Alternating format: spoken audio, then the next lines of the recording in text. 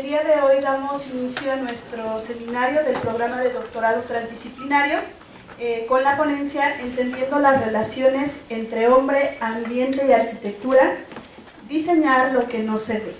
Para eso nos complace contar con la presencia de la maestra Claudia Juliana Gómez Mejía de la Facultad de Arquitectura de la UNAM. Bienvenida. Bien, la maestra en arquitectura es arquitecta de origen colombiano, realizó sus estudios de licenciatura en Colombia, su maestría en arquitectura con énfasis en tecnología en la UNAM y obtiene su título con mención honorífica. Tiene más de 10 años de experiencia en asesoría de alta calidad ambiental en proyectos que incluyen estudios de asoleamiento, iluminación natural, confort, ventilación y ergonomía en edificios públicos y privados en distintas ciudades de Sudamérica. Ha colaborado como asesora ambiental para la Oficina de Proyectos, la GOP, en España. Hace parte del grupo de asesores ambientales de la Oficina PDG Arquitectos en Medellín, Colombia.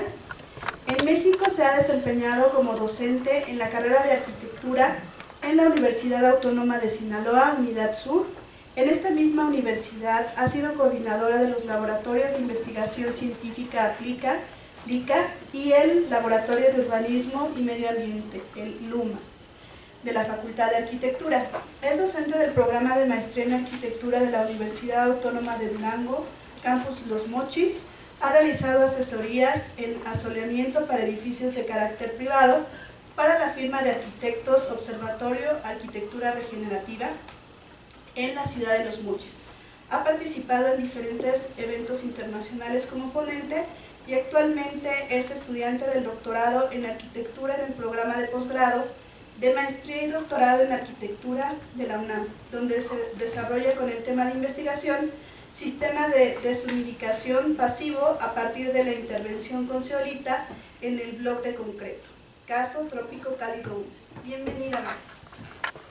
Pues buenas tardes a todos, muchas gracias por la invitación, la profesora Miguel Ángel, la doctora América, pues que me han apoyado para venir y presentarles a ustedes un poco de lo que yo me dedico, pues que ya llevo como bastante tiempo en esto de la asesoría en la calidad ambiental en los edificios.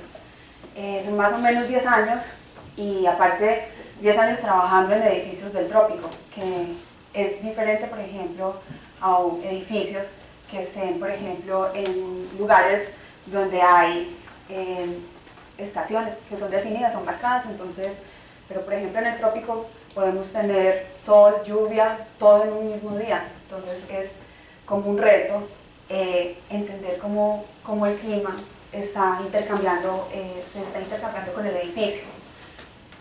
Esta ponencia, entendiendo las relaciones entre hombre, ambiente y arquitectura, diseñar lo que no se ve.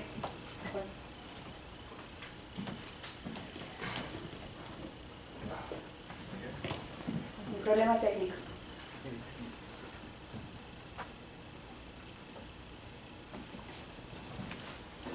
Es que muchas veces la arquitectura se entiende como un objeto monumental. Está una casa, pero muy pocas veces el ambiente y el hombre se dejan a un lado, porque ya sea por el ego que cada persona tiene, el ego del arquitecto, pero ya ahora la corriente de la arquitectura va en ese sentido, hombre y ambiente. Entonces tenemos muchos retos como para afrontar como arquitectos, tenemos que dar respuestas a muchas necesidades. Entonces, el edificio es el mediador entre las necesidades del habitante y las condiciones ambientales del exterior. Entonces, esto es un nuevo eje de conocimiento, no es una cosa que es aislada. El hombre y la arquitectura es algo que se relaciona muchísimo. Entonces, cuando yo estaba pensando en dar esta charla, dije, bueno, son redes, todos son redes. Está el hombre, pero también está la envolvente. Y la envolvente me refiero a las fachadas de los edificios, son los 4 muros y el techo. el contexto, qué es lo que nos está rodeando. También, por ejemplo, qué regulaciones hay, porque pues hay muchas regulaciones, bueno, no muchas, pero hay unas regulaciones que nos pueden ayudar como a tener unas guías de cómo tener un proceso de diseño bueno y cuáles son los retos que tenemos que afrontar como arquitectos en esta nueva línea de conocimiento. En esta primera parte vamos a ver el contexto. Y bueno, es una realidad que en el planeta somos más de 7.000 millones de personas.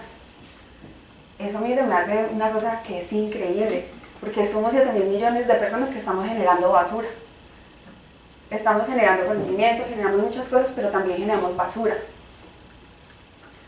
Y la responsabilidad mía como arquitecta, y muchos textos lo dicen, es que la industria de la construcción es insostenible. ¿Por qué? Porque genera el 50% de los residuos en el planeta. Todos habitamos en casas, estamos en las oficinas, utilizamos las autopistas. ¿Y quiénes están diseñando todo eso? Los arquitectos. Si algo queda mal en alguna de sus casas o en alguna obra, ¿quién es el culpable? El arquitecto. Entonces, ¿qué ha hecho la humanidad? Hemos aumentado la cantidad de personas que hay a lo largo, desde 1800 y hasta 2050 la tasa de crecimiento va para arriba. Entonces, tenemos un crecimiento demográfico desmedido, hay más demanda de energía, también hay una demanda por tecnología y el desarrollo urbano todavía no está muy planeado para todo esto. Entonces, ¿qué es lo que tenemos? Tenemos mucha presión ambiental.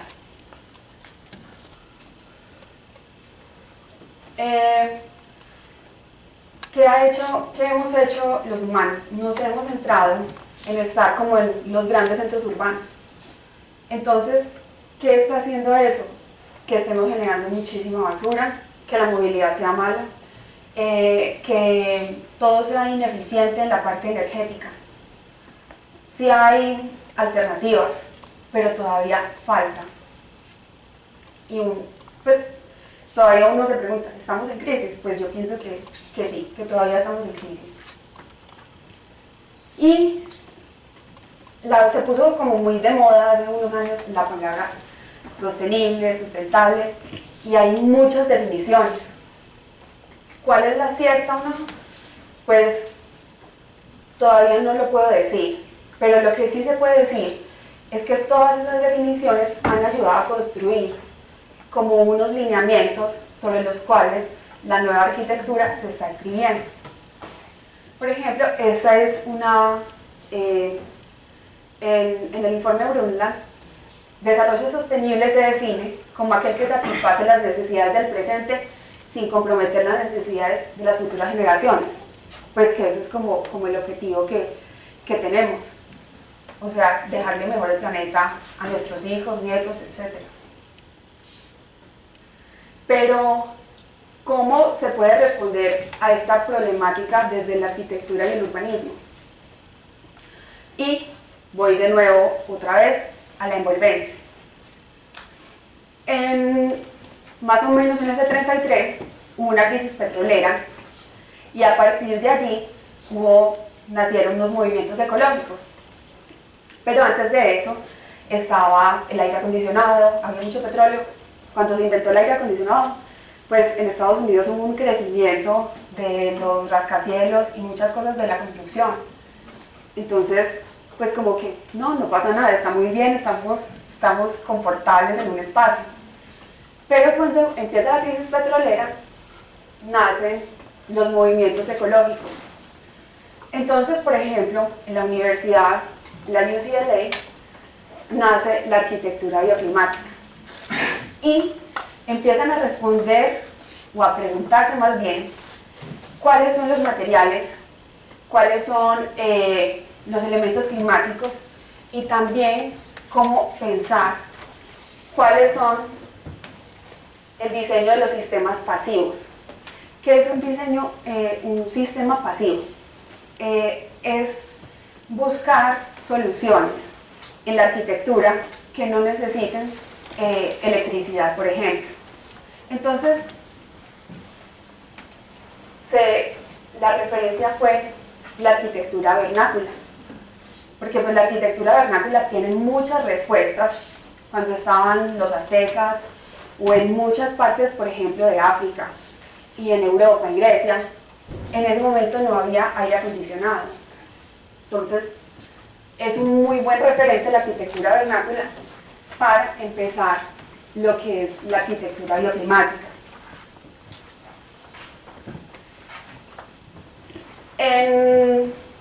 Pienso que muchas cosas han llegado como un poquito tarde a Latinoamérica.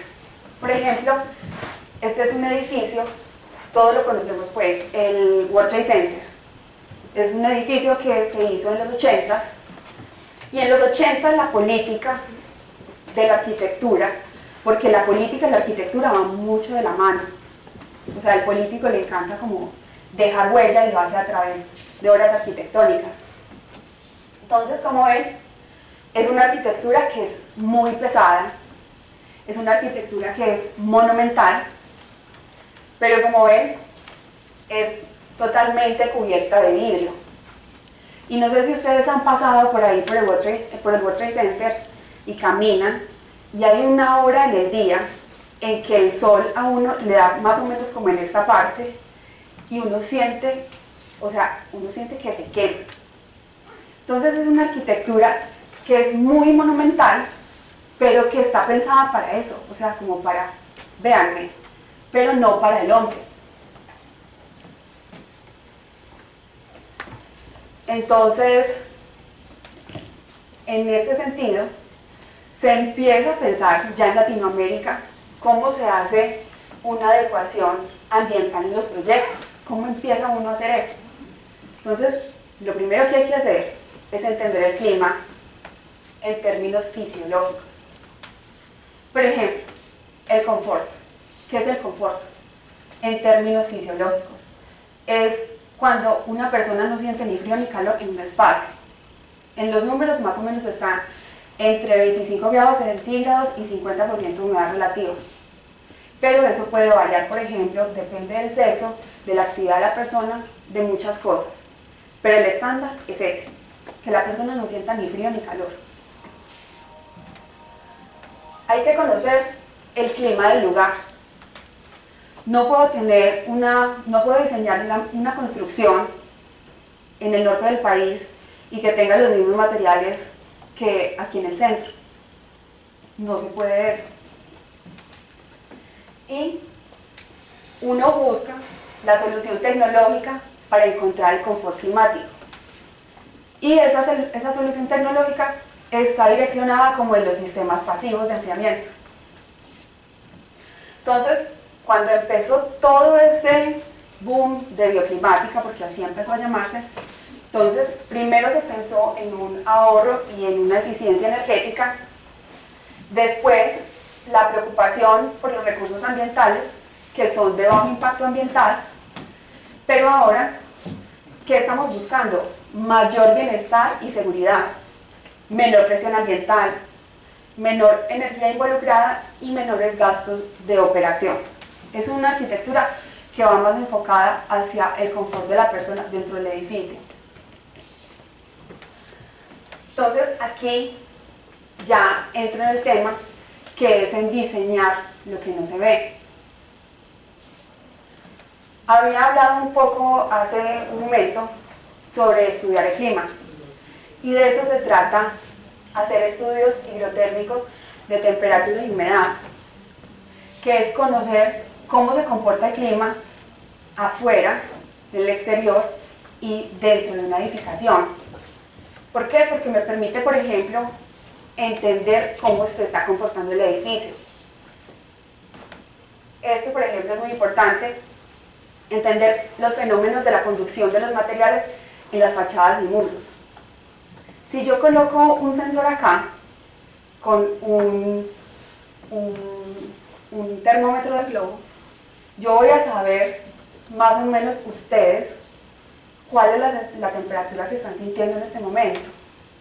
¿Y eso me sirve para qué? Para decir, ¿saben qué? Es que hay que abrir unas ventanas acá porque no hay mucha ventilación y necesitamos que este espacio se esté renovando cada tanto para que todos estemos sintiendo confort. Por ejemplo, este es un análisis de un campus universitario que se llamó Plan Campus y fue un análisis de confort.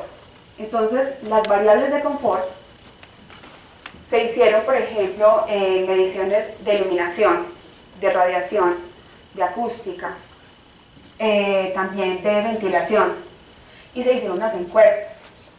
Este campus es en Medellín, es en la Universidad Nacional.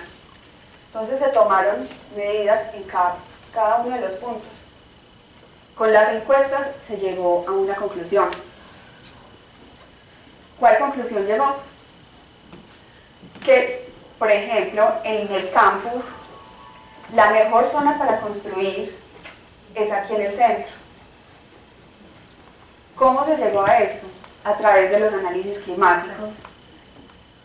Y también, ¿cómo decirles? Ahí me enredo un poquito.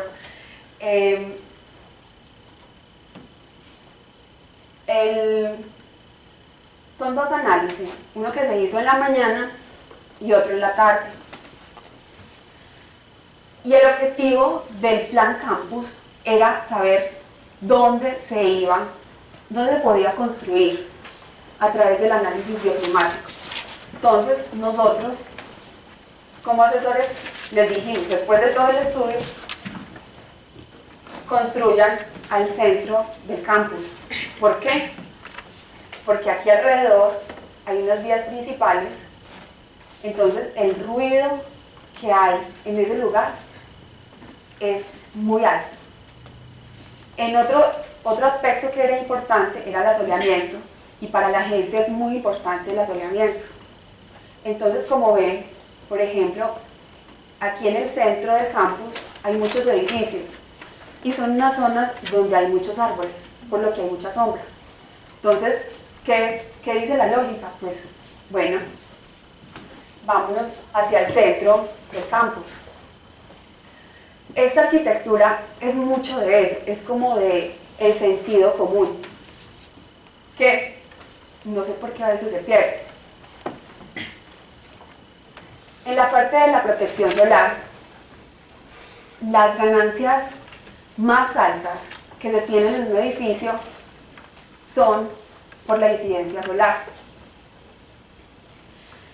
A través de estudios solares, uno puede determinar la geometría, la orientación y el tamaño de una ventana.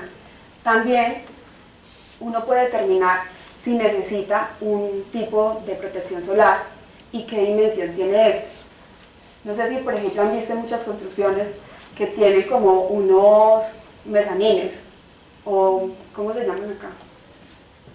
Como una protección solar, pero cuando uno entra a esa casa o a ese lugar, pues la protección solar no funciona.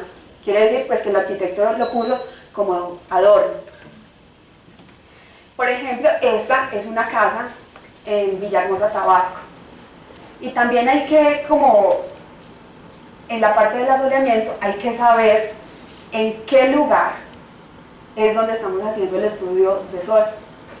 Porque, por ejemplo, no es igual hacer este estudio para Suiza que hacerlo para Villahermosa, Tabasco, porque las ganancias solares son muy, muy distintas. Entonces, para empezar a hacer el análisis de asoleamiento, se ubican las ventanas y a través de un diagrama solar, ya ahora hay muchos programas, uno empieza a trazar los ángulos solares. Esto, por ejemplo, es la planta de la casa, del departamento. Aquí está la alcoba, la sala, y eso era como lo más, el diagnóstico así como más difícil que tenía la casa, y ya se ve mejor, ¿cierto? Entonces, y esto se hace para diferentes fechas del año. ¿Por qué? Los ángulos solares no son los mismos en junio que en diciembre. Entonces, se hace el análisis para diciembre, para junio y para septiembre. Septiembre porque es más o menos como la mitad del año en la parte solar. Entonces, como ven, por ejemplo, esto es a las 9 de la mañana, y a las 9 de la mañana uno ya tiene un rayo de sol por aquí, y aquí en esta parte de la sala, a las 9 de la mañana, pues la ganancia solar es importante. Entonces uno que empieza a pensar, o sea, Villahermosa tiene una temperatura bastante alta y una humedad alta, y tienen estos ventanales, entonces eso está absorbiendo muchísimo calor. Ya en la tarde las ganancias siguen aquí en esta parte, pero ya la mancha de sol es mucho más amplia, y en la cocina ya se presentan unas manchas de sol pues que hay que ponerles cuidado. Este es a las 5 de la tarde, y por ejemplo aquí esta habitación, por todo el lugar, va a estar muy caliente porque toda la tarde está recibiendo sol, o sea, no se está perdiendo un atardecer ahí. Para corroborar cómo entra el sol, entonces se hace también análisis en alzada para saber hasta dónde va la mancha solar. Y uno dice, bueno, sí hay que hacer un control solar, sobre todo en la tarde, porque la mancha de sol prácticamente está cruzando toda la habitación. Se corrobora también en la parte de la cocina, y entonces se ven ganancias importantes a lo largo del año. Y uno eso lo contrasta con la radiación. ¿Cuánta radiación hay en Tabasco? Entonces, por ejemplo, al mediodía me dicen que hay 695 watts por metros cuadrados, y eso es lo que me dice un programa, porque cuando uno va y hay en estaciones meteorológicas, los valores cambian bastante. Por ejemplo, en Culiacán, hace unos días me pasaron unos datos de radiación solar, y al mediodía hay 900 watts por metro cuadrado. Entonces eso es una cosa que está recibiendo muchísimo calor, esa superficie de la cubierta. Uno identifica cuáles son las zonas que necesitan esa protección solar, y a partir de allí empieza a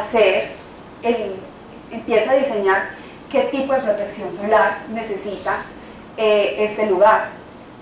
Entonces hace uno estudios con diferentes dimensiones, por ejemplo, dimensión de 50 centímetros, qué pasa si la dimensión de este elemento tiene 1,50 m, y son cosas que uno va con el cliente, son propuestas que uno va, y el cliente dice, no, pero es que eso me cuesta muchísimo, pero para eso estos muritos que se ven muy sencillos sustentan ese tipo de decisiones.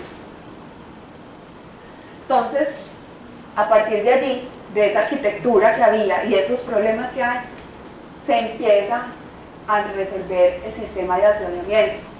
Entonces, por ejemplo, se proponen marquesinas en ambos lados de la casa.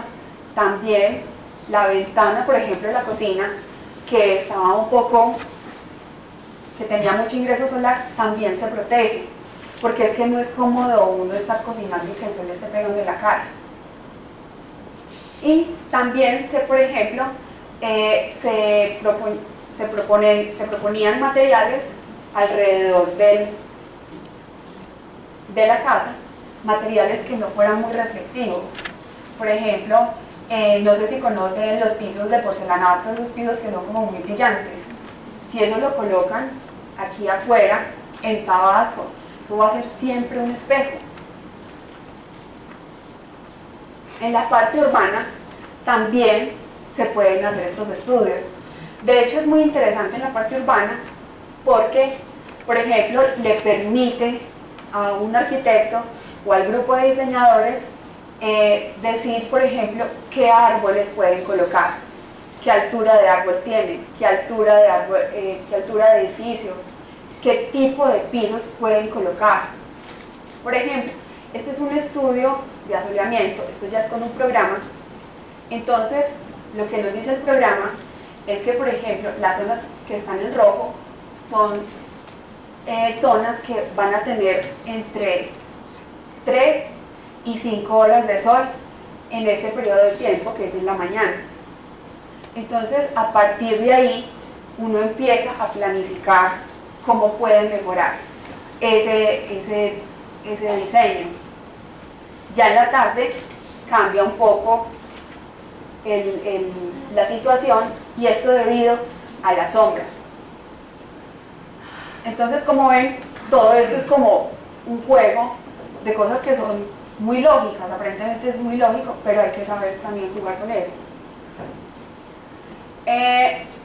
La parte de iluminación natural, yo pienso que esto es algo que es muy importante para el confort humano, sobre todo en las oficinas. ¿Por qué? Porque hay muchas oficinas donde los niveles de iluminación no son adecuados. Cuando los niveles de iluminación son adecuados, las personas trabajan mucho mejor, su desempeño se eleva. Este es un caso de una casa en Los Mochis, una casa Valdés, la casa Valdés se llama. Entonces la señora quería una cocina que diera en la fachada principal, porque la misma señora dijo, no, es que yo no me quiero perder ningún chisme, entonces yo quiero que la cocina esté enfrente de la casa. Entonces, cuando me pasaron ese proyecto para revisar, yo les dije, el sol ahí va a dar toda la mañana. Entonces, y la señora no quería ningún tipo de protección solar. Bueno, entonces, ¿cómo hacerle entender a la señora que ahí no la va a pasar bien? Entonces, esto es un estudio de iluminación, porque el sol y la luz van muy de la mano. Entonces, diseñamos la cocina y aquí se puso de la señora. Para trabajar bien se necesitan más o menos entre 400 y 500 luces. Ya cuando son trabajos de laboratorios, de fábricas, por ejemplo, ya se necesitan 800 luces. Pero, por ejemplo, aquí, en la parte que está de rojo, son más o menos 2000 luces. Si tenemos 2000 luces afuera, más o menos hay 20.000 luces. Entonces, 2000 luces es muchísimo. Dentro de una casa, pues, uno va a estar como mirando así como raro. Entonces, uno toma las mismas fechas, junio, septiembre y diciembre, y empieza a hacer el análisis horario. Y se da cuenta uno que el mesón de la cocina siempre va a estar iluminado. Entonces es una señora que siempre va a tener problemas, no va a trabajar confortablemente, y aparte pues su cara va a tener como quemaduras. Entonces, por ejemplo, se ve aquí en toda esta parte que está roja en el mesón, se hizo como para, este es para octubre, entonces se va incrementando, y entonces el piso también va a estar como emitiendo muchísima luz. Aquí también en diciembre,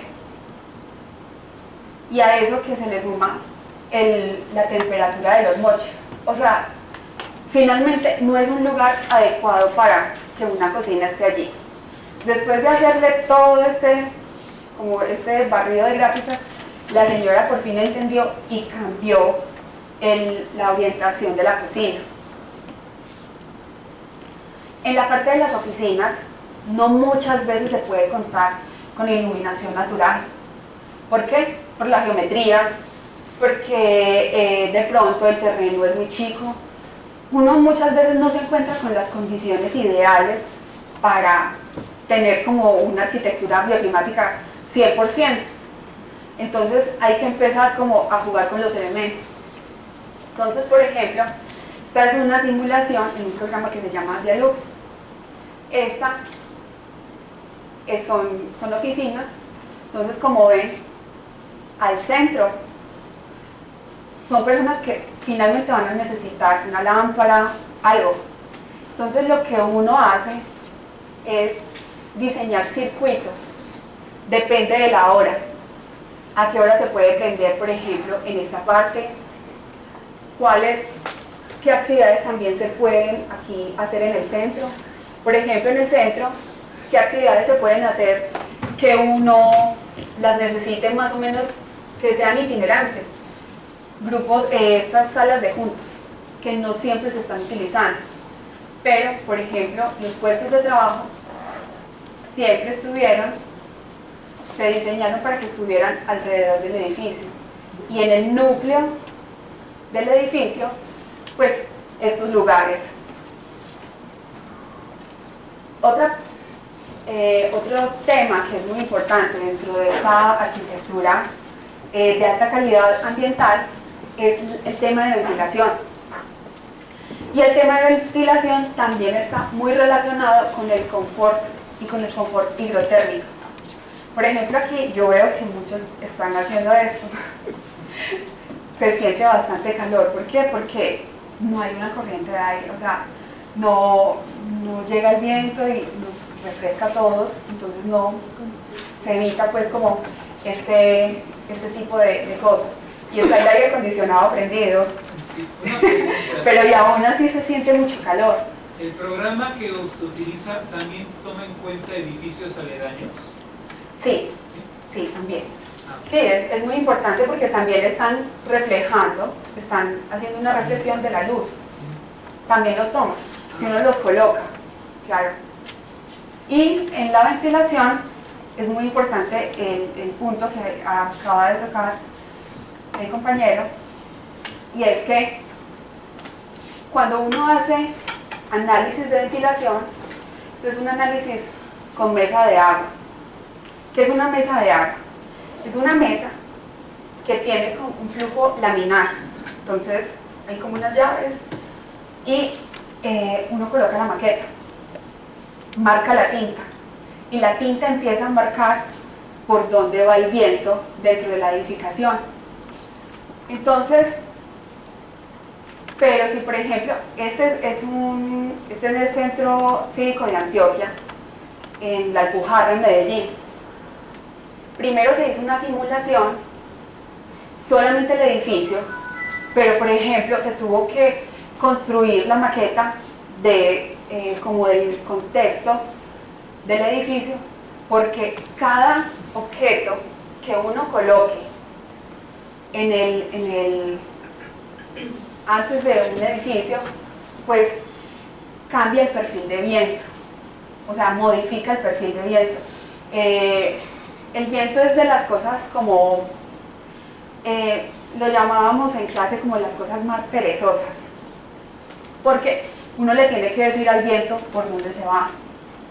Entonces, si por ejemplo aquí, en toda esa línea, se abriera una ventana, entonces empezaría como a succionar, y esto creo que mejoraría. Y los estudios de viento sirven para eso, para saber cómo se comporta el viento dentro de una edificación, qué requerimientos se tienen, si el edificio se va a calentar. Si por ejemplo acá llega el viento, y se queda aquí, pues no va a haber renovaciones de aire, y finalmente es un edificio caliente. Y un edificio caliente se llama un edificio enfermo, y nadie quiere saber de eso. Son esos edificios que uno entra y ya se siente un calor, que uno quiere salir corriendo. Entonces, para eso sirven este tipo de estudios. Esto es algo que es que a mí me parece muy interesante, que es la ergonomía y la antropometría. ¿Y qué es eso? Es como todo, cuando uno agrupa todo lo que les acabo de decir, y entonces esto se convierte como los factores humanos. Es toda esa relación. Por ejemplo, hacemos la incursión solar. Es muy importante saber cuál es la actividad del edificio. Si el edificio es una biblioteca, si el edificio es una oficina, si es una casa. La actividad. Ya tenemos solucionado, entre comillas, la parte del asolamiento. Entonces, ¿uno qué hace? Bueno, coloquemos a la persona y ¿qué es lo que pasa con la persona? Si la persona la colocamos acá y hay un ingreso solar acá, ¿qué pasa si la persona está leyendo? O sea, está muy mal diseñado eso. Entonces la ergonomía lo que trata es como de, bueno, el grupo de asoleamiento hizo esto, el de ventilación hizo esto, el de iluminación. Pues yo voy a verificar si a la persona sí le convienen las soluciones que ustedes plantearon. Por ejemplo, esta es una de las opciones que me gusta mostrar. Esto es en una biblioteca. Entonces, el diseñador es Felipe Uribe, que es de Medellín. Entonces, él quería que este espacio, la gente estuviera ahí sentada y que pudiera leer. Finalmente, nadie lee si el sol le está dando en el libro, porque pues causa unos problemas visuales bastante grandes. Y a partir, con los ángulos solares, entonces se empezaron a proyectar los ángulos con el fin de saber a la persona qué era lo que le iba a llegar. Entonces, finalmente, la protección solar que se había diseñado en un principio no servía y la dimensión se tuvo que ampliar pues para que fuera óptima para que la persona a cualquier hora del día y en cualquier día del año se siente ahí y pueda leer. Entonces, en este sentido, la primera labor que todo arquitecto debe entender consiste en confeccionar para cada proyecto un sistema de relaciones a la medida de los lugares y a la medida de las personas. Este tipo de arquitectura de alta calidad ambiental no se puede entender como si fuera una receta de cocina. Si me dicen, no, pues, ¿qué protección utilizo para mi casa? No, o sea, no puedo decirle, utilice esto o aquello. Cada proyecto es único, porque son proyectos particulares, dependen del lugar, clima, latitud, de muchas cosas. Entonces, no son recetas de cocina. Ahora vamos como a la parte de las regulaciones. Y no sé si han escuchado, por ejemplo, del LEED. Ahora hay muchos edificios que están certificados y que son amigables con el medio ambiente. La certificación LEED, una certificación que es de Estados Unidos, se maneja con un tipo como de sellos, verde, el platino, y llega pues hasta el dorado.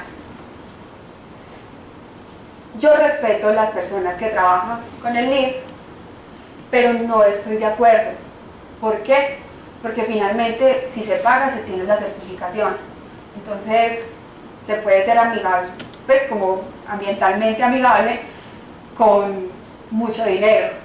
De hecho, los edificios que están certificados aquí en México son grandes corporativos, por ejemplo como HSBC, muchos corporativos en Santa Fe tienen este sello. Otra certificación que es muy buena, esta sí es difícil de alcanzar. ¿Por qué?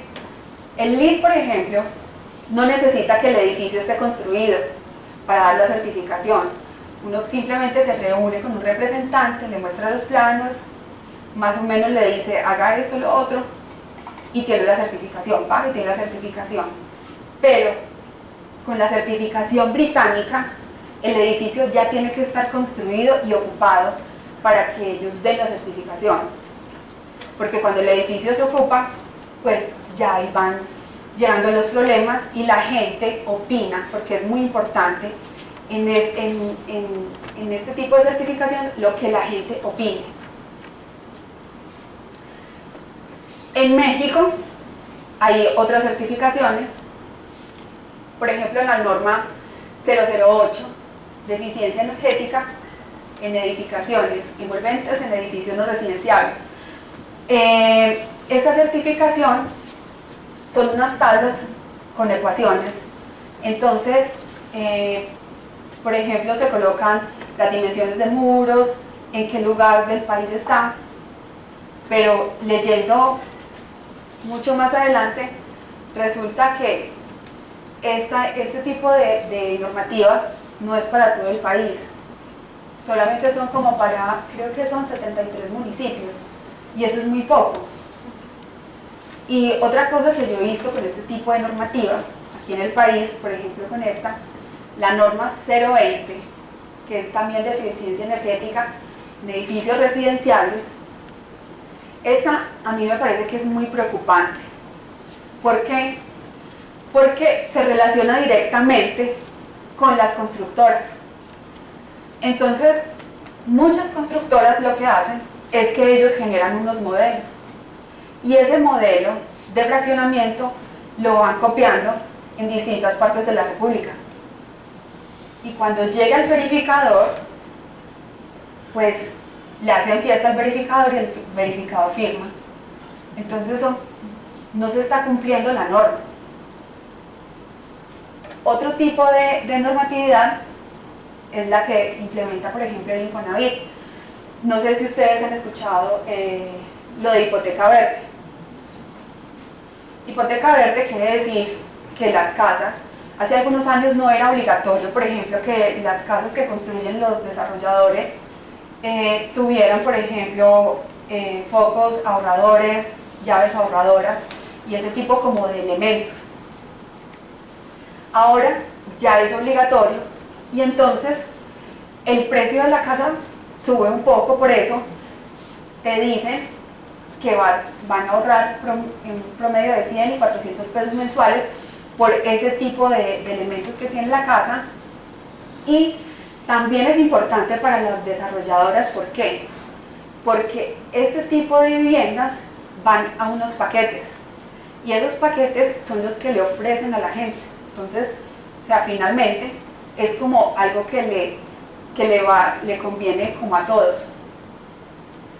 Hay otro programa de Infonavit que se llama Si se vive Ecocasa y ellos toman un programa que es de Alemania y entonces empiezan a hacer la simulación de la casa y cómo se comporta la casa en términos climáticos, si es eficiente lo que tiene, si los muros cumplen, si por ejemplo la orientación de la casa está bien, y si la orientación y todo esto cumple, entonces inmediatamente eso se sube a los paquetes que le van a ofrecer a las personas. De hecho, en una conferencia que estuve aquí en la Ciudad de México sobre este programa, hubo como una pregunta que a mí me llamó mucho la atención, y es que esto funciona como una calculadora. Y entonces dice la persona, bueno, y la calculadora se puede modificar. Entonces, definitivamente ahí la ética cuenta mucho. Hay muchos retos por afrontar. Por ejemplo, desde la academia.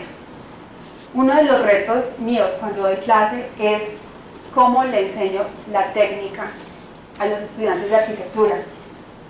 Porque yo sé que aquí, por ejemplo, yo estoy acompañada de gente que entiende, por ejemplo, cómo los fenómenos ambientales interaccionan, por ejemplo, con los materiales. Pero, por ejemplo, en la parte de arquitectura, hay veces como que se va más hacia el arte. Y cuando llega la parte técnica, al estudiante no le gusta. Entonces, pues, uno se las ingenia, por ejemplo, para hacer estudios de sensibilización de la luz. Y uno lo hace primero a partir de la parte no cuantitativa, sino cualitativa, o sea, entienda el fenómeno, entienda cómo es que la luz llega aquí a este espacio y se distribuye. Entonces, por ejemplo, esto es un ejercicio que se llama caja de zapatos, y a través de una caja de zapatos, haciéndole pequeños hoyitos, el estudiante empieza a entender cómo es que el fenómeno de la luz entra al espacio y uno también cómo puede empezar a direccionarlo y a jugar con él. Este fue un ejercicio que fue muy interesante en Mazatlán. Allí hay muchos días nublados, muy pocos. Entonces pensé, voy a ponerlos a hacer una estufa solar. Entonces se hicieron como una serie de conferencias para que ellos entendieran cómo se armaba una parábola, cómo se iba direccionando, en qué tipo de materiales se utilizaban. Yo la verdad no tenía como mucha esperanza que iba a pasar al final. Y al final del taller los resultados fueron muy buenos. Entonces quiere decir que sí es posible que un estudiante de arquitectura entienda el fenómeno y lo aplique para otras cosas. Se debe estudiar la alta calidad ambiental en los edificios sustentados en la investigación. Y eso, lo que pienso yo que también es muy importante, es cómo, por ejemplo, los conocimientos que tienen ustedes y las necesidades que uno tiene como arquitecto, cómo hacen para que uno las junte y salgan como muchas ideas y muchas cosas de eso, porque ya es necesario hacer eso. Es indispensable conocer la situación del trópico. Y lo que yo les estaba diciendo acá, es necesario los grupos de investigación transdisciplinarios. ¿Por qué? Porque se necesita investigación de materiales, tecnología y también métodos. Entender nuestro contexto cultural es muy importante. No es lo mismo la parte cultural, por ejemplo, no sé, en Viena, en Austria, que por ejemplo aquí en la Ciudad de México o en Medellín, Colombia. Nuestro contexto latinoamericano pesa y pesa muchísimo. Hay que generar políticas públicas adecuadas, mejorar la gestión de los proyectos, también meter la mano bastante en movilidad. Yo estudio, por ejemplo, en mi tesis de doctorado, el confort en los espacios a través de la deshumidificación, y yo me encuentro con tablas, con muchos datos, pero todos esos son de Estados Unidos y de Alemania. O sea, hay mucho por hacer porque hay que generar el conocimiento desde el trópico. Estamos en la zona de convergencia intertropical y sabemos muy poco todavía sobre los materiales con los que construimos. Entonces, esta arquitectura tiene que ver mucho con la ética. Estamos buscando el confort, la habitabilidad, la tecnología. Entonces tenemos que tener como una relación entre las personas, entre nuestro entorno. Y pues espero que con esta charla pequeña me hayan entendido un poco de lo que yo hago y para dónde va este tipo de arquitectura. Entonces, muchas gracias por escucharme.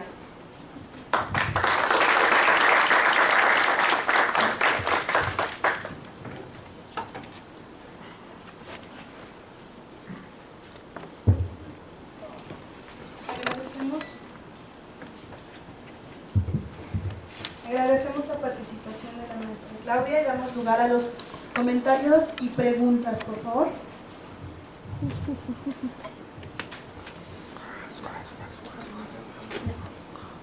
Hola, gracias por la plática. Yo tengo dos preguntas. Una es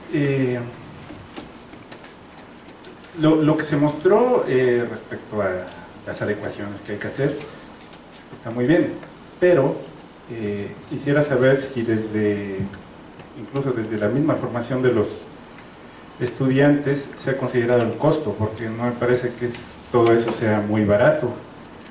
Y sobre todo considerando pues que, como se decía al inicio, si ahorita somos que alrededor de 7.000 millones, las proyecciones son de 10.000, por ahí de 2050, es decir, todo apunta a que sería igual o peor. Entonces, esa es una, si se considera el costo.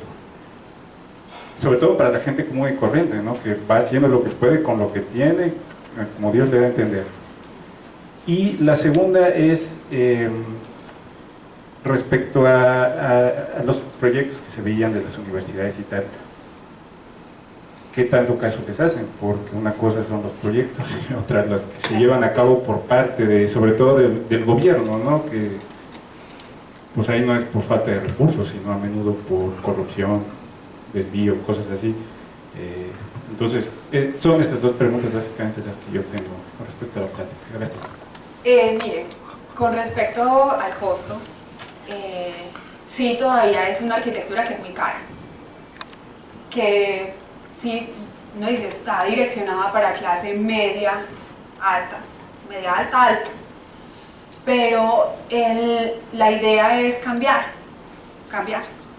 Por ejemplo, unas soluciones que se daban en Medellín para unas casas de interés social es que en el techo colocaban, por ejemplo, papel aluminio, y la temperatura al interior de la casa mejoraba mucho. Entonces esa es una solución que no es tan cara y que sirve. Entonces es una cosa que va mucho desde la educación y de lo que quiere hacer también el arquitecto. O sea, es como, por eso yo digo, la ética ahí va muy de la mano. Si es posible, faltan políticas públicas que regulen sobre todo la parte de los fraccionamientos, la parte de estas grandes constructoras, porque son unos monstruos. O sea, son personas que no quieren perder absolutamente nada. Cada espacio del terreno lo quieren aprovechar. Entonces, ahí falta como que la política pública entre y se, por ejemplo, no sé, haga algo con ese tipo de los grandes constructores, porque la verdad son, pues yo he entrado a reuniones en constructoras y es increíble, o sea, a ellos no les importa. Y no sé, pues ustedes están como en otro ámbito, pero por ejemplo, el último premio Pritzker, el premio Pritzker en arquitectura es como el premio Nobel, y se lo ganó un chileno que se llama Alejandro Aravena. Y la arquitectura que él está proponiendo es una arquitectura social, y dentro de esa arquitectura que está más dirigida hacia las clases menos favorecidas, él aplica como ese tema de eficiencia energética. La otra pregunta me olvidó. ¿Qué tanto caso hacen por parte del gobierno? Mira, lo que pasa es que tal vez fui afortunada porque en Medellín se dio un cambio. Todos saben, por ejemplo, que Medellín es una ciudad que fue muy castigada por la parte del narcotráfico, toda esta cosa de violencia que se dio muy fuerte entre los 80s y los 90s, y a partir, cuando se acabó todo eso, la ciudad quiso renacer. Entonces se empezaron a hacer cambios, y uno de los cambios se empezó a hacer con la educación, y uno de los alcaldes de Medellín dijo, ¿saben qué? Yo voy a hacer los mejores colegios y las mejores bibliotecas en las zonas alejadas, como por decir las favelas en Río, las comunas en Medellín. Entonces las bibliotecas que hacen allí son de primer nivel, y entonces como que toda esa corriente fue empapando a la ciudad. Por ejemplo, ese plan campus se hizo cuando estaba esa corriente, y por ejemplo la parte de eficiencia ambiental en los edificios que hay en Medellín es obligatoria, y ahí está una entidad que se llama el Área Metropolitana del Valle de Aburrá, que es la que se encarga como de ver que ese tipo de cosas se estén cumpliendo. Entonces, por decirlo así, es afortunado que esa ciudad tiene ese tipo de oficina.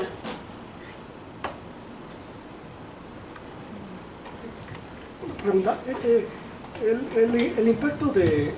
Acá tenemos una pregunta y ahorita le pasamos el micrófono, es que estamos grabando. Gracias, maestra, por la presentación. Yo tengo un par de preguntas. Una es respecto a los estudios que se hacen para el flujo de aire. Me pareció bastante interesante. Mi duda surgió respecto a cuando tenemos falsos positivos en las mediciones, de que el flujo de aire deja de ser laminar y que se torna turbulento, ¿qué tipo de soluciones hay al respecto o propuestas al respecto? Y la segunda pregunta es, en cuanto al confort en iluminación artificial, ¿qué medidas o qué trend topic se trae ahorita en arquitectura para mitigar los efectos de luz ultravioleta cuando tenemos exposición directa con este tipo de lámparas o con luz azul que viene de la nueva iluminación LED? Pues bien, cuando hay este tipo de turbulencias, hay varios elementos que uno puede utilizar pues como para solucionar eso, que puede ser hasta un árbol, por ejemplo, o cambiar, por ejemplo, la dirección de la ventana, sacar aletas que direccionen el viento. O sea, es muy particular pues como la solución, porque, por ejemplo, hay arquitectos que le dicen a mí no me toque el edificio, y pues uno ahí trata como de hacerle algo al murito, pero siempre uno trata como de respetar esa estética. Con respecto a la iluminación, no hay nada mejor que la luz natural, o sea, eso no se discute. Con respecto a este tipo de iluminación, ahorita en arquitectura lo que se está utilizando es LED. ¿Por qué? Porque es ahorrador. O sea, en eso vamos. Por eso les digo, o sea, necesitamos mucho como el conocimiento que tienen los científicos para unirlo con los arquitectos, con las necesidades que nosotros tenemos y sacar mejores productos. Muchísimas gracias por la pregunta. Mi pregunta es sobre si hay estudios sobre el impacto de la arquitectura sobre un ecosistema, ¿no? Porque finalmente el arquitecto construye sobre un terreno que está originalmente virgen, ¿no? Y cómo eso afecta, ¿no? En muchos casos.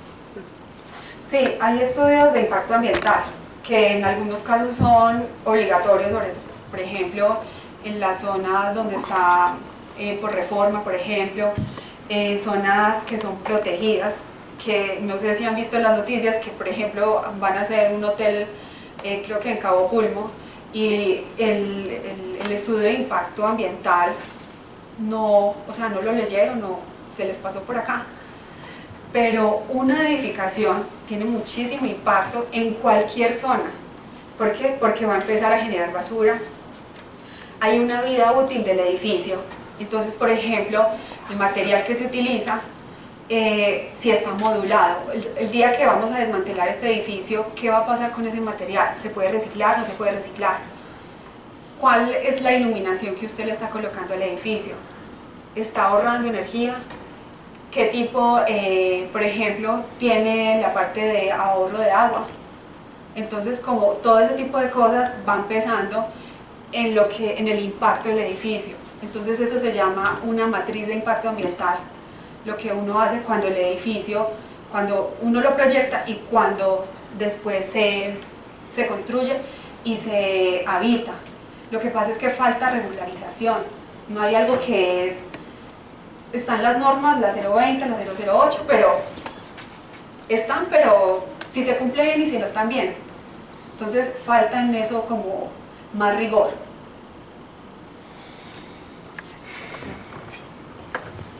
Yo tengo como 3 dudas, comentarios. El primero es, más o menos, una parte que estoy estudiando es la parte de la endogamia académica y estamos analizando qué tanto está influido, y bueno, que es también parte de nuestro doctorado, la formación que ustedes tienen, qué tanto es dada por profesionistas de otros campos. O sea, tú vienes comentando, si nos dieran clases de tecnología y esto, pero por decir hay otros temas, ¿no? Por decir la de ergonomía, que la pueden dar diferentes profesionistas, ¿no? Ya sean ingenieros, psicólogos y demás, ¿no? U otras, ¿no? Que me imagino que se las podrían dar. Esa es una, ¿no? La formación y qué tanto reciben esta retroalimentación de otras áreas. Otra es esta misma, ¿no? ¿Qué tanto hay modelos que estén pensando en la vida útil de los edificios, ¿no? Actualmente, con los cambios tecnológicos que se están dando, pues ya hay estructuras o inclusive la misma vida de las familias, que no sé, bueno, al menos en mi caso me ha tocado, que está la casa del abuelito y del bisabuelito y que no se utilizan, pero tampoco se quitan ni nada, y bueno, al tiempo se vuelven, pues ahora sí que como una estructura ahí, pues casi un museo, ¿no? Para la familia, ¿no? Y el otro es justamente estas inclusiones, ¿no? ¿Qué tan permeables son ahorita las casas para que tengan esa flexibilidad de ir poniendo aditamentos, ¿no? Por decir, cada vez es menos la utilidad de los cables, ¿no? Que por un momento eran abrumadores, ¿no? Pero que aún vienen más tecnologías como potrar estas cosas y demás, que requieren cambios importantes, ¿no? ¿Cómo lo están utilizando? ¿Cómo lo están viendo? Sí, mira, la primera pregunta, en la parte de esta arquitectura, la educación, esto se ha hecho por parte de arquitectos que se han ido como por esta línea técnica.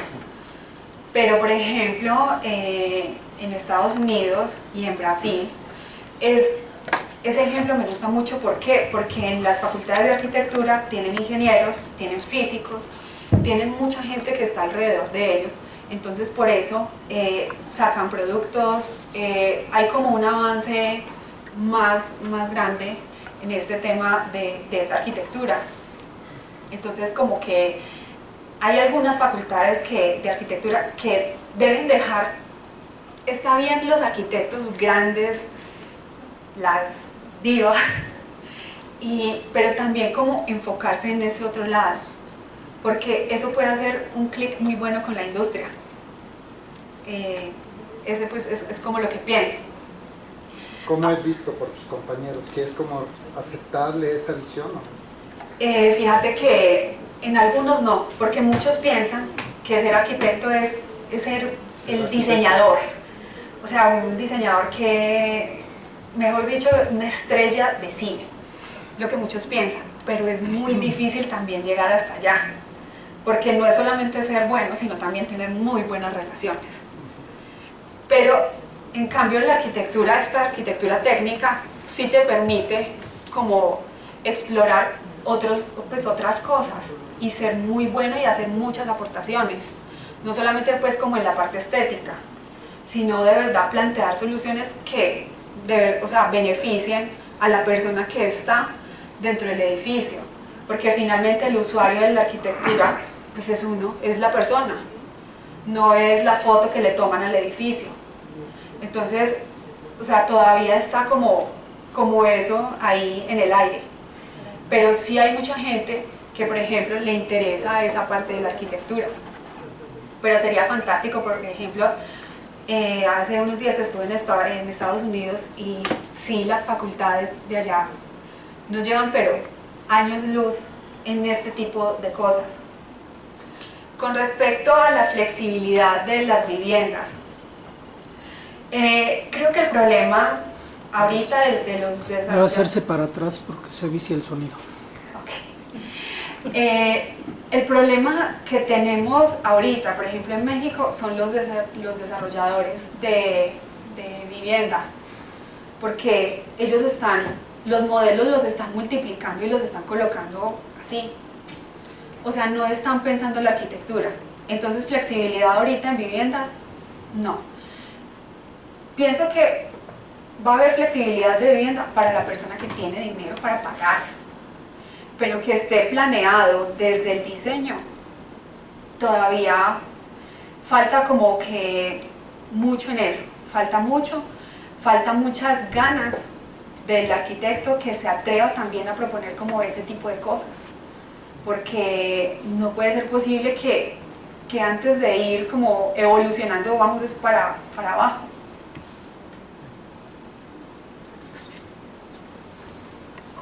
Yo tenía dos preguntas. Una era con respecto al campus, donde se hacen los estudios, y está relacionada con la pregunta que te hacía.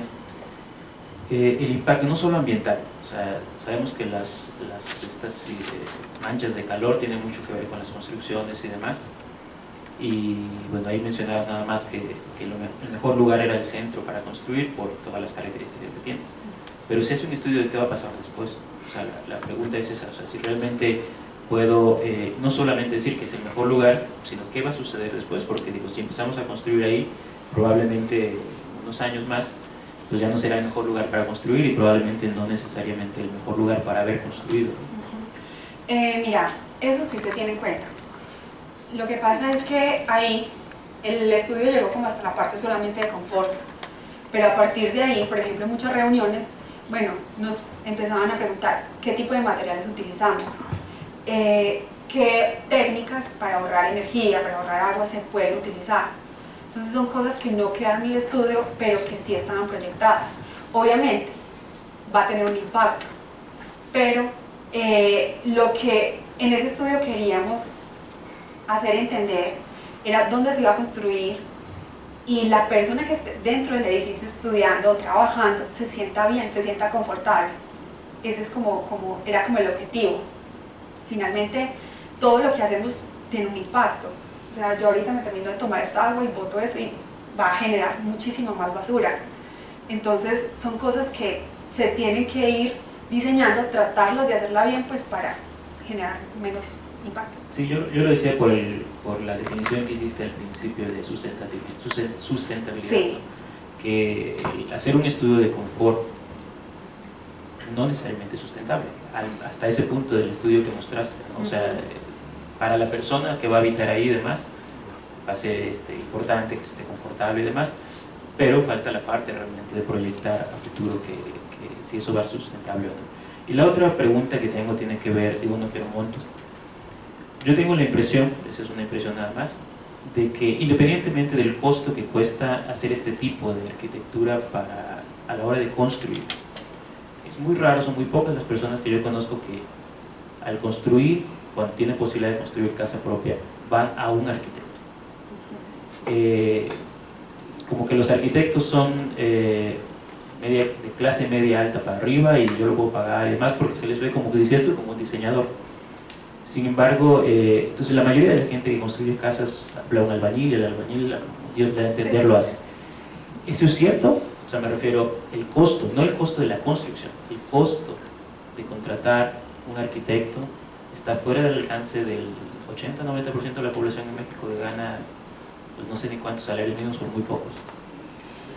Lo que pasa, yo pienso que también eso es una cuestión pues como de cultura, porque pienso que cualquier persona puede contratar a un arquitecto. Es que finalmente a muchos profesionales que yo conozco llegan gente de bajos recursos y no cobran como si fuera el gerente de un banco, por ejemplo. Entonces sí se puede. Lo que pasa es que, ¿qué nos dice la cultura? Creemos que no, él es que como el maestro que yo conozco, que hace los arreglos y pues eso sabe de todo.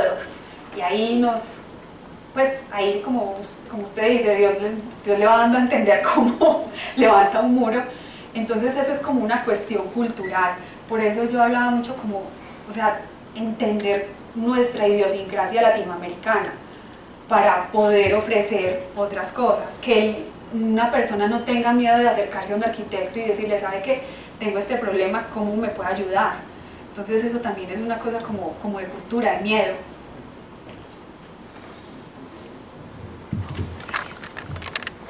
Hace un momento comentaste que aquí se podía hacer alguna modificación para que circule mejor el aire, quizás haya un poco más de iluminación natural, etcétera. Pero y seguramente no es este el único edificio, o sea, seguramente el Cinvestav está lleno de edificios así, ¿no? Cuando ya está construido, ¿ustedes qué pueden hacer? O sea, ¿se enfrentan a restricciones de la dirección del instituto? ¿Qué sucede ahí y qué se puede hacer? Pues son varias cosas, porque primero son reuniones con la gente, por ejemplo, cuando trabajamos con los de la universidad, uno se enfrenta como a esa pared que no queremos hacer nada y no hay problemas acá. Entonces, ¿qué haríamos en ese caso? Colocamos sensores, y colocamos sensores más o menos por un mes, hacemos mediciones. Con esas mediciones le decimos a las personas, ¿sabe qué? Esto es lo que le pasa a ese espacio. Cuando está ocupado, cuando hay gente, cuando no hay gente, esto es lo que le pasa en el día y en la noche. Y a partir de allí se arman las estrategias que se van a proponer pues para que mejore el espacio. Eso es lo que se hace generalmente.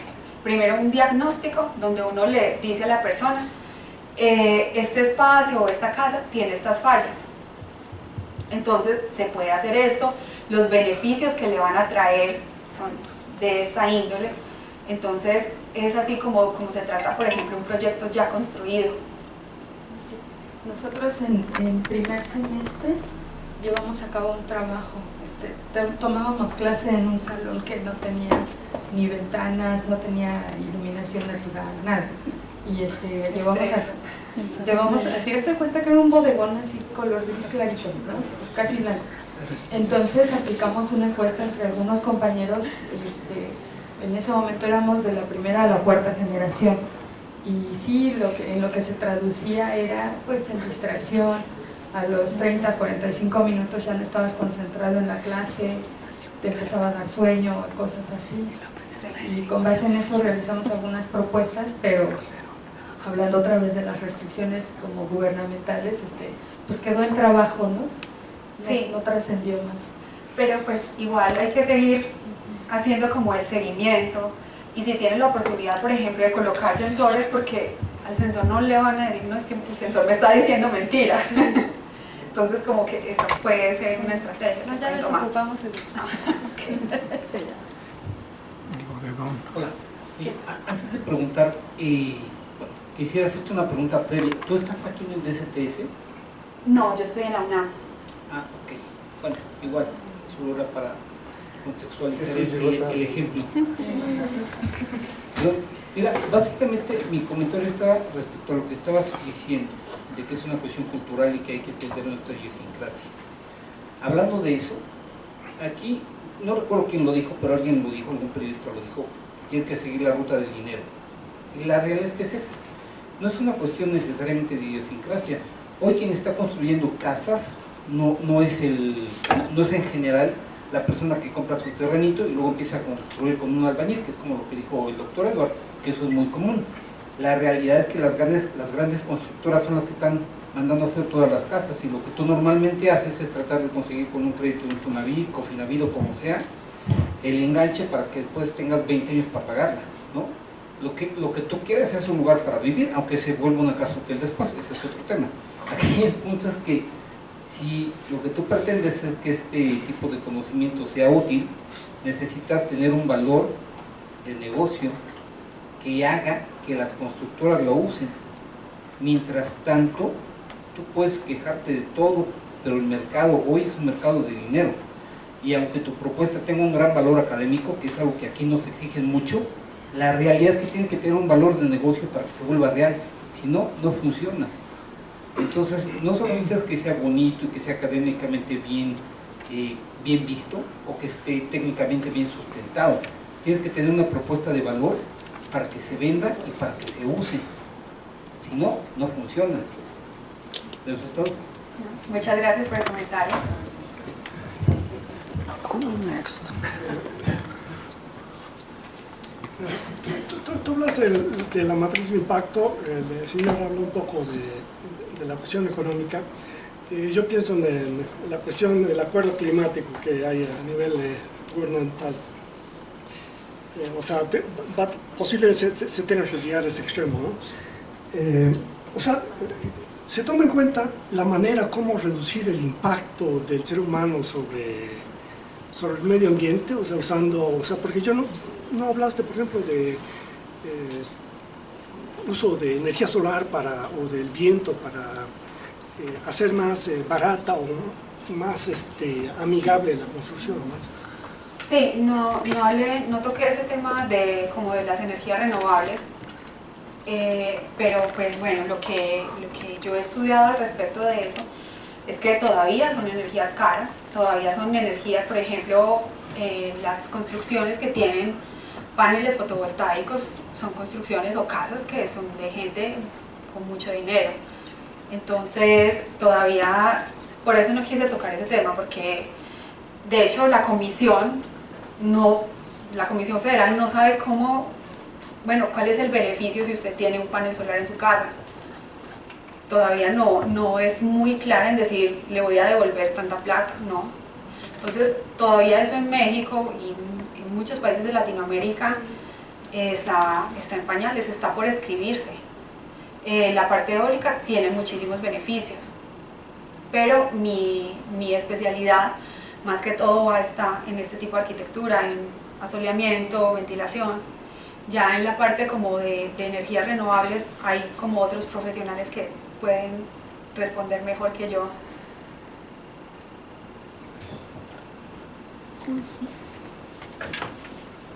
No, más para comentar. En México, la parte, yo creo que una de las más claras es la parte de generación de electricidad, independientemente que no cuesta nada, puedes cambiar tu medidor por uno doble fase, de tal manera que lo que tú produces se te descuenta de lo que tú consumes. Si hay un excedente a tu favor, obviamente no te lo pagan. Si hay un excedente en tu contra, tú tienes que pagar lo que hayas consumido. Pero la diferencia, digamos, es que lo toman uno por uno. O sea, tú pones tus paneles solares encima de tu casa, entra directamente a la línea de consumo de tu casa y se va descontando de tu medidor. Eso, el cambio de medidor no cuesta nada. Tú tienes que poner los paneles y demás. Lo que no es viable en costo. O sea, sale muy caro todavía, pero la ley y el mecanismo existen en México. Y simplemente sale muy caro. O sea, no vale la pena poner tus paneles arriba porque... Sí, o sea, la retribución, ¿dónde está? No, pero bueno, no es que o sea, no tienes por qué retribuirte. O sea, tú puedes tener, o sea, la ley te permite generar electricidad como tú quieras.